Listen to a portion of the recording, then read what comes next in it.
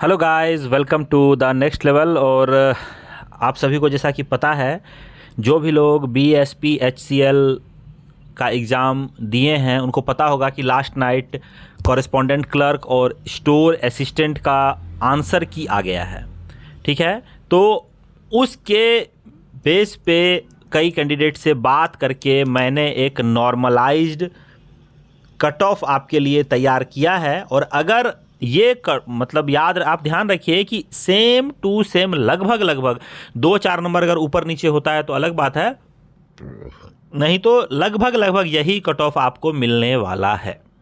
ठीक है, चलिए देख लेते हैं क्या रहेगा। सबसे पहले मैं आपको थोड़ा सा डिटेल एग्जाम के बारे में दे दूं कि 20 से 30 जुलाई के बीच में ये एग्ज़ाम हुआ है। वैसे तो 9 दिन ही एग्ज़ाम हुआ था, लेकिन एक दिन ये एग्ज़ाम रीशेड्यूल होने की वजह से री एग्ज़ाम हुआ था, तो 10वें दिन पे ये एग्ज़ाम गया था, यानी कि 10 दिन ये एग्ज़ाम हुआ है। आंसर की 31 जुलाई को आया था। ठीक है, और पोस्ट की इसमें बात करें तो टोटल 921 पोस्ट है, जिसमें से कॉरेस्पॉन्डेंट क्लर्क के लिए 806 पद और स्टोर असिस्टेंट के लिए 115 पोस्ट इसमें है।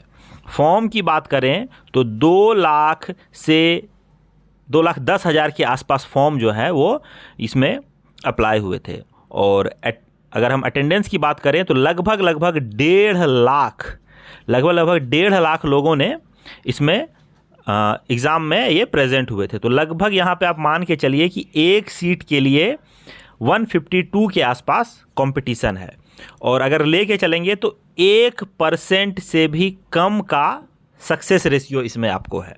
ठीक है, अगर मैं मेरे हिसाब से लेके चलूँ तो 152 अगर कंपटीशन है तो 152 में सब के सब आपको पढ़ने वाले होते नहीं हैं। इसमें से आप मान के चलिए कि 100 बच्चे एवरेज हैं जो आपको बिल्कुल भी, अगर आप पढ़ते हैं अच्छे से, ठीक है, बहुत अच्छे से नहीं, नॉर्मली आप पढ़ते हैं, सुबह शाम पढ़ाई करते हैं, 4 घंटे की भी पढ़ाई अगर आप करते हैं पूरे दिन में, या फिर 2 से 3 घंटे की भी अगर आप वैल्यूएबल पढ़ाई करते हैं, तो लगभग इसमें 100 लोग कंपटीशन से बाहर हो जाएंगे। यानी कि सिर्फ आपको 50 के आसपास लोगों से कॉम्पीट करना है, और ये भी कम नहीं होता है। 50 के आसपास एक सीट के लिए कंपटीशन, यानी कि 2% का कंपटीशन। ठीक है, एक सीट के लिए 50 लोगों से आपको फाइट करनी है, तो या इतना कंपटीशन तो आपको मिलेगा ही। और अगर कंपटीशन इतना ज़्यादा है तो फिर आपको कट ऑफ भी थोड़ा ऊपर ही मिलने वाला है। चलिए थोड़ा सा हम और देख लेते हैं एग्ज़ाम के बारे में कि यहाँ पर वैकेंसी किस किस कैटेगरीज के कितनी थी मेल और फीमेल में। ये कॉरेस्पॉन्डेंट क्लर्क के लिए है जिसमें, ठीक है, तो आपको देखना है कैटेगरी मेल और फीमेल मैंने दोनों दिया है। तो यूआर के लिए 210 कॉरेस्पॉन्डेंट क्लर्क के लिए, और फीमेल के लिए 213, ईडब्ल्यूएस के लिए 56 और 24, बैकवर्ड कास्ट के लिए 65 और 32, ईबीसी के लिए 91 और 54, एससी के लिए 81 और 48, और एसटी के लिए 6 और 2। इतने सीट थे। वहीं स्टोर असिस्टेंट के लिए देखा जाए तो यहाँ पर यूआर कैटेगरी में 30 और मेल में और फीमेल में 17, ईडब्ल्यूएस में 8, फीमेल में 3, बैकवर्ड कास्ट में 9 और फीमेल में 5, इकोनॉमिकली बैकवर्ड कास्ट में 13 मेल्स में और फीमेल्स में 8, एससी में 11 और फीमेल्स में 7, और एसटी में 1 और फीमेल के लिए इसमें कोई भी पोस्ट नहीं थी। ठीक है, तो देखते हैं अब थोड़ा सा कि आपको इसमें मिनिमम क्वालिफाइंग मार्क्स कितना। अगर आपको नहीं पता है तो मैं बता दूं कि मिनिमम क्वालिफाइंग मार्क्स होता क्या है। सबसे पहले ये मैं बता दूं कि अगर आपको कहीं लग सकता है कहीं 40% मार्क्स लाएंगे तो हमारा सिलेक्शन हो जाएगा, ऐसा नहीं है। मतलब इसमें क्या होता है कि अगर ये एक दायरा होता है कि कम से कम 40% मार्क्स लाने वाले बच्चे ही सेलेक्ट हों।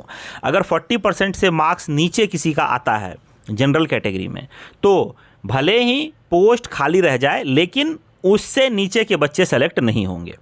ठीक है, उसके लिए फिर से वापस से वैकेंसी निकाली जाएगी, वो अलग बात है। लेकिन ये यानी कि कम से कम 40% वाले लड़के तो आए जो पढ़ाई कर सके। अब मान लीजिए कि ऐसे बच्चे अप्लाई कर देते हैं एक किसी भी कैटेगरी में, ठीक है, तो अब ऐसे बच्चे अप्लाई कर देते हैं जिनको पढ़ना लिखना ही नहीं आता, वो मार्क्स लेके आते हैं माइनस में। तो अगर आप मिनिमम क्वालिफाइंग मार्क्स नहीं लाएंगे तो माइनस में मार्क्स लाने वाले बच्चे अगर सेलेक्ट होकर जॉब में आएंगे तो आप उनसे किस तरह के काम की उम्मीद रख सकते हैं? उनको तो काम ही नहीं आएगा, उनको कुछ समझ में ही नहीं आएगा कि काम किया कैसे जाता है। वो तो जो माइनस में मार्क्स लेके अगर सेलेक्ट होते हैं, तो मिनिमम क्वालिफाइंग मार्क्स बहुत ज़्यादा ज़रूरी है, वो हर परीक्षा के लिए होना ही चाहिए, ठीक है। क्योंकि मैंने बहुत से ऐसे एग्जाम्स देखे हैं जिसमें माइनस मार्क्स लाने वाले बच्चे भी सेलेक्ट हो जाते हैं और बाद में वो टीचर या कई सारे अलग अलग पोस्ट पे जाके अब वो जो बच्चे माइनस में मार्क्स ला रहे हैं वो आगे कैसे जॉब को सर्व करेंगे। तो इसीलिए मिनिमम क्वालिफाइंग मार्क्स होना चाहिए। और आजकल का कंपटीशन इतना टफ हो गया है कि सेलेक्ट होने वाले बच्चे जो हैं उससे 10 से 50 गुना बच्चे तक जो हैं वो मिनिमम क्वालिफाइंग मार्क्स से ज़्यादा नंबर लेके आते हैं, ठीक है। तो उसकी चिंता नहीं करनी है आपको। और अगर हम यहाँ पे मार्क्स की बात करें तो आप देख लीजिए, हिंदी के 10 मार्क्स थे, इंग्लिश के आपको 10 मार्क्स, रीजनिंग में 20, जीके के 20, कंप्यूटर के 20 और मैथ्स के 20 मार्क्स थे। और एग्ज़ाम का लेवल बात करें तो ये इजी टू मॉडरेट लेवल पे था, इजी टू मतलब टफ नहीं था, इसीलिए लोगों के मार्क्स बहुत ज़्यादा आए हैं, ठीक है। हिंदी का तो बिल्कुल ही इजी पेपर था, कम से कम 8 से 9 नंबर आपको आने ही आने चाहिए। इंग्लिश का भी इजी टू मॉडरेट आप मान सकते हैं, क्योंकि बिहार में इंग्लिश का लेवल उतना ज़्यादा टफ मतलब हाई नहीं रहता, लोग इंग्लिश से थोड़ा बचते हैं। तो यहाँ पे आपको 5 से 7 नंबर तक अगर आप ले आते हैं तो ये आपके लिए बिल्कुल अच्छा रहेगा। रीजनिंग बहुत ही ईजी था, कम से कम 15 से 18 के बीच में मार्क्स यहाँ पर लाना बिल्कुल ही बनता है। जीके कभी भी ईजी नहीं होता है, फिर भी यहाँ पर आप मान के चलिए कि 15 मार्क्स तो कम से कम आपको लाना बनता है। कंप्यूटर और मैथ्स दोनों ही मॉडरेट लेवल के थे। मैथ्स क्योंकि मैं मान के चलता हूँ कि हमारे बिहार में लोगों की बहुत सारे लोग मैथ्स में बहुत अव्वल दर्जे के होते हैं, अगर मॉडरेट भी है तो 15 मार्क्स तो उनको मैथ में लाना ही लाना बनता है। 15+ मार्क्स ही आप लाइए तो आपका चांस बनेगा। और कंप्यूटर में भी इजी क्वेश्चन से लेके मॉडरेट तक था, तो 15 से 18 के बीच में अगर आप मार्क्स ला रहे हैं तो आप यकीन मानिए आपका सिलेक्शन कोई भी नहीं रोक पाएगा, ठीक है। नेक्स्ट देखते हैं। आपको पता ही है कि एग्ज़ाम जो है वो इजी, मीडियम और हार्ड शिफ्ट में हुए थे, ठीक है। और यहाँ पे जो नॉर्मलाइजेशन होगा वो जेड बेस नॉर्मलाइजेशन होगा। अब जेड बेस नॉर्मलाइजेशन क्या है कि एक शिफ्ट में, मान लीजिए एक शिफ्ट में एक बच्चे का हाईएस्ट मार्क्स आया और एक बच्चे का लोएस्ट मार्क्स आया, तो इन दोनों के बीच कंपेयर करके ही नॉर्मलाइजेशन मार्क्स जो है वो आता है, यानी कि कितना बढ़ेगा, ठीक है। तो वो बाकी शिफ्ट से उसको लेना देना नहीं है, उसी शिफ्ट के हाईएस्ट और लोएस्ट को कंपेयर किया जाता है, ठीक है। और उसमें देखा जाता है कि कौन सा क्वेश्चन, आपको ऐसा लगेगा कि मैंने अगर एक क्वेश्चन को अटेम्प्ट किया है तो वो एक ही नंबर का है, नहीं। यहाँ पे बहुत सारे ऐसे क्वेश्चन होते हैं जिनका उस एग्ज़ाम में लोगों के अप्रोच के अनुसार वो क्वेश्चन का मार्क्स जो है वो घट के हो सकता है 0.5 हो जाए, और या तो वो घट के 1.5 या 2 नंबर तक चला जाए, ठीक है। ये एग्ज़ाम के अप्रोच पे डिपेंड करता है, और इसीलिए जेड बेस जो है आपको नॉर्मलाइजेशन इसमें आपको देखने को मिलेगा, ठीक है। चलिए आगे थोड़ा देख लेते हैं। अब अगर हम सेफ स्कोर आफ्टर नॉर्मलाइजेशन की बात करें तो यहाँ पे मैं नीचे आपको शो भी कर दूंगा, फिलहाल मैं यहाँ पे आपको लिख के दिखा दे रहा हूँ कि अगर यहाँ पे सेफ स्कोर की बात करें ना, तो जनरल कैटेगरी में मेल्स के लिए 80 से अगर आप 82 नंबर तक ला पा रहे हैं तो आप बिल्कुल ही सेफ जोन में हैं। और अगर फीमेल्स आप 74 से 76 तक ला पाएंगे तो आप बिल्कुल सेफ जोन में रहेंगे। आपका ये नॉर्मलाइजेशन के बाद का मार्क्स है, ठीक है, नॉर्मलाइजेशन के बाद का है, ठीक है, ध्यान रखेंगे आप। नेक्स्ट, बैकवर्ड कास्ट में अगर आपका नॉर्मलाइजेशन के बाद 76 से 78 के आसपास आ जा रहा है तो क्या है, आप सेफ जोन में हैं। और अगर फीमेल्स 69 से 71 के बीच में ला पा रहे हैं तो वो भी बिल्कुल सेफ कैटेगरी में रहने वाली हैं। EWS 77 से 79 और फीमेल्स EWS जो है वो 72 से 74, ओके। उसके बाद आपको EBC जो 78 से 80 के बीच में रहेगा, और EBC अगर फीमेल्स चाहिए तो 67 से 69 के आसपास आपको मार्क्स यहाँ पे लाना पड़ेगा।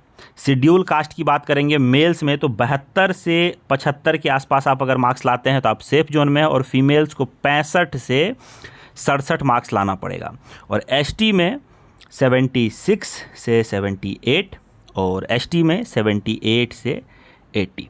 ओके, अब आपके दिमाग में ऐसा चल सकता है कि कॉरेस्पॉन्डेंट क्लर्क और स्टोर असिस्टेंट के लिए अलग अलग कट ऑफ आएगा, तो ऐसा कुछ नहीं है। कट ऑफ एक ही आने वाला है, ठीक है। आपने जिसको प्रायोरिटी दी होगी उसी बिहाफ पे आपका सिलेक्शन होगा। अब यहाँ पे देखिए मैं आपको शो कर दे रहा हूँ कि ईडब्ल्यूएस में 80 से 82, सॉरी जनरल कैटेगरी वाले 80 से 82 मेल और 74 से 76 फीमेल आपको जनरल कैटेगरी में लाना पड़ेगा। बैकवर्ड कास्ट को 76 से 78 मेल्स को और 69 से 71 फीमेल्स को इतना मार्क्स लाना ही पड़ेगा, 69 से 71। ओके, ईडब्ल्यूएस अदर इकोनॉमिकली जो वीकर सेक्शन है उनके लिए मेल्स को 77 से 79 और फीमेल्स को 72 से 74 नंबर लाना पड़ेगा, तभी आप सेफ कैटेगरी में आपको फील करेंगे। इकोनॉमिकली बैकवर्ड जो है वो 78 से 80 और फीमेल्स 67 से 69 मार्क्स आपको सेफ जोन में पहुंचा देगा। और शेड्यूल कास्ट जो है वो 72 से 75 मेल्स और 75 से 67 फीमेल्स आपको लाना पड़ेगा।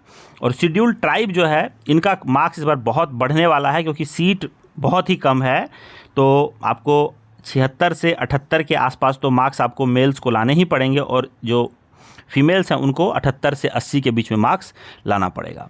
तो यहाँ पर आप समझ पा रहे हैं कि जो BSPHCL का कॉरेस्पॉन्डेंट क्लर्क और स्टोर असिस्टेंट का एग्ज़ाम का आंसर की आया है, उसमें बहुत सारे लोगों से बात करने के बाद मैंने ये कट ऑफ आपको बताया है।